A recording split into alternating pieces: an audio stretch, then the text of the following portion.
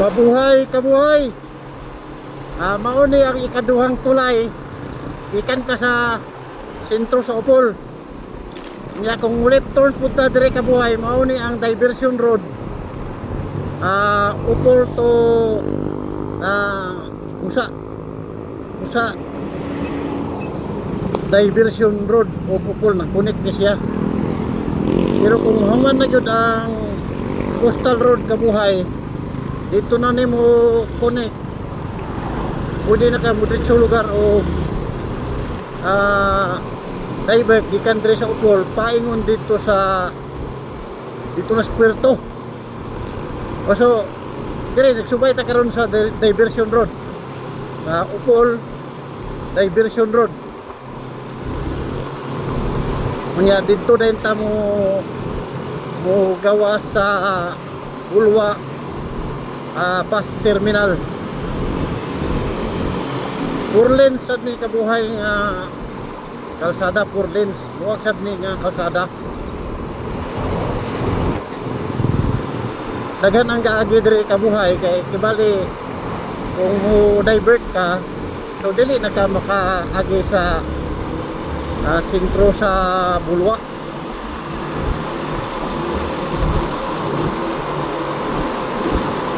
Daghan na sad mga establishment dire kabuhay. May mga warehouse dire ng mga bago pod.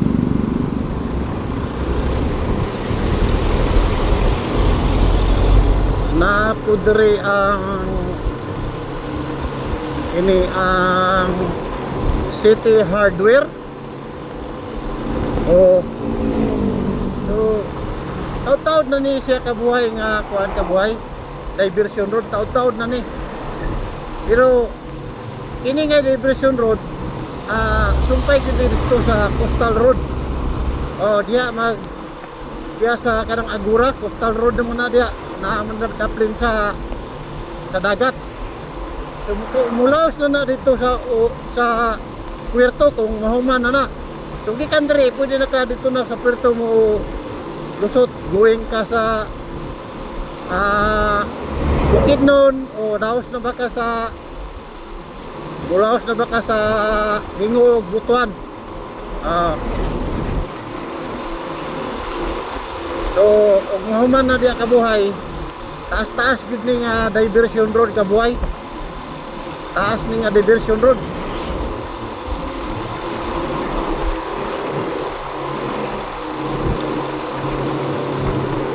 Na po diri ang Wilcon Depot kaboy, Wilcon Depot.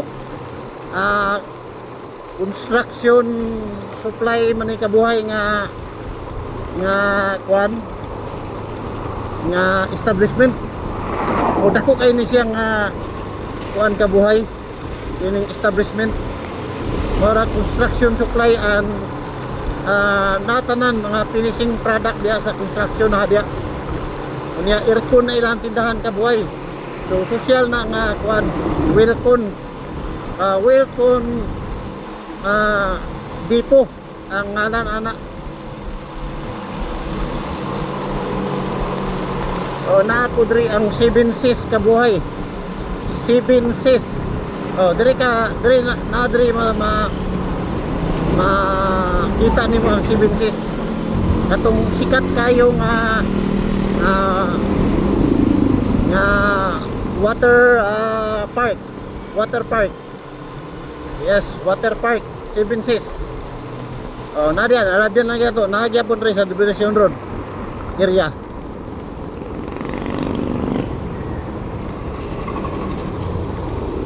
Napoy traffic light diri kabuhay, 4 lanes man ni kabuhay. So pwede ka mo right turn. Kung right turn po ka diri nga crossing kabuhay, mao ni ang kanang bara. Nadiya ang bara nga barangay bara.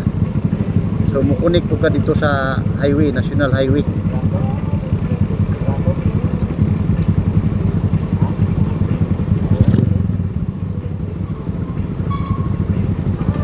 Stop sa Tagaboy, stop.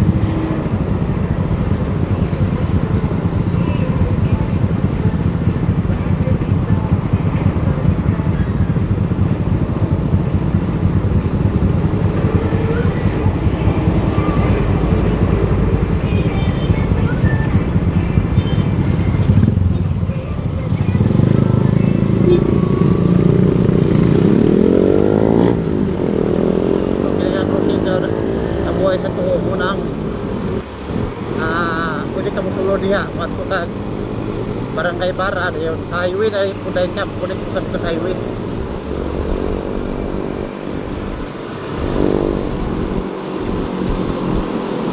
Dire gaagi ang mga dagkupog nga mga sakyanan kabuhay, mga cargo, mga wing van, dire gaagi sila kasagara.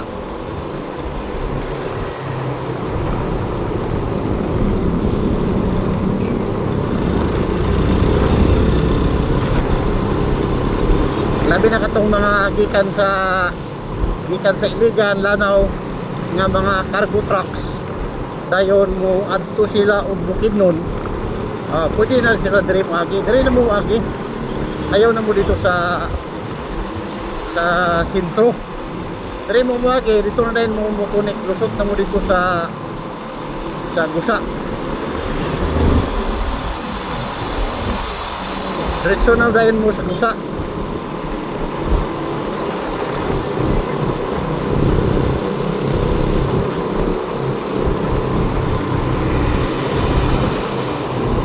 Hipod kabuhay na po dire ang City Mall. Unya muna ni ang bulwa dire kabuhay. Muna ni ang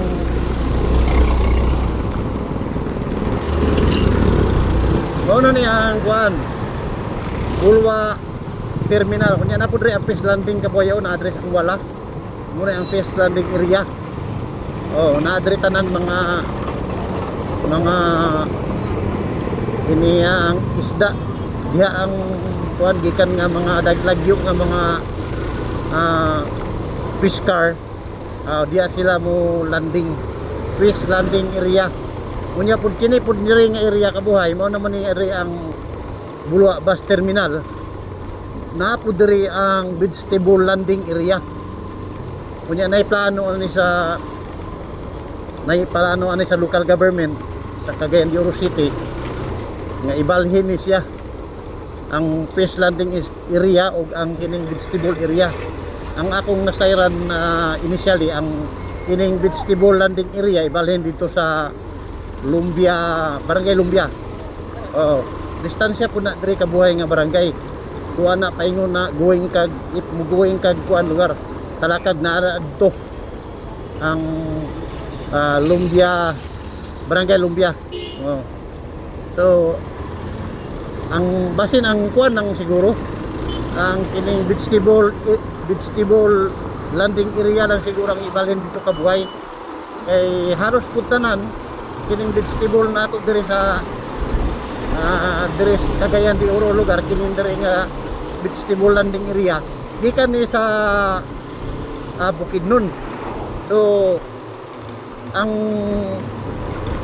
Lumbia, Barangay Lumbia kabuhay nag adjacent siya ba murag boundary na di siya sa Bukidnon province.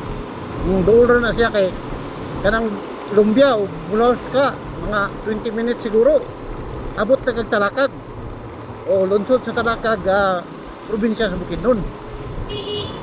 So mo siguro po ibalhin ang vegetable landing area. Ang fish landing area dili ko sure kung asa po na siya ibalhin. Ingon na. So direta mugawas kabuhay wala na ta dito sa Gusa kay dire raman ta sa Pakarmin man ta.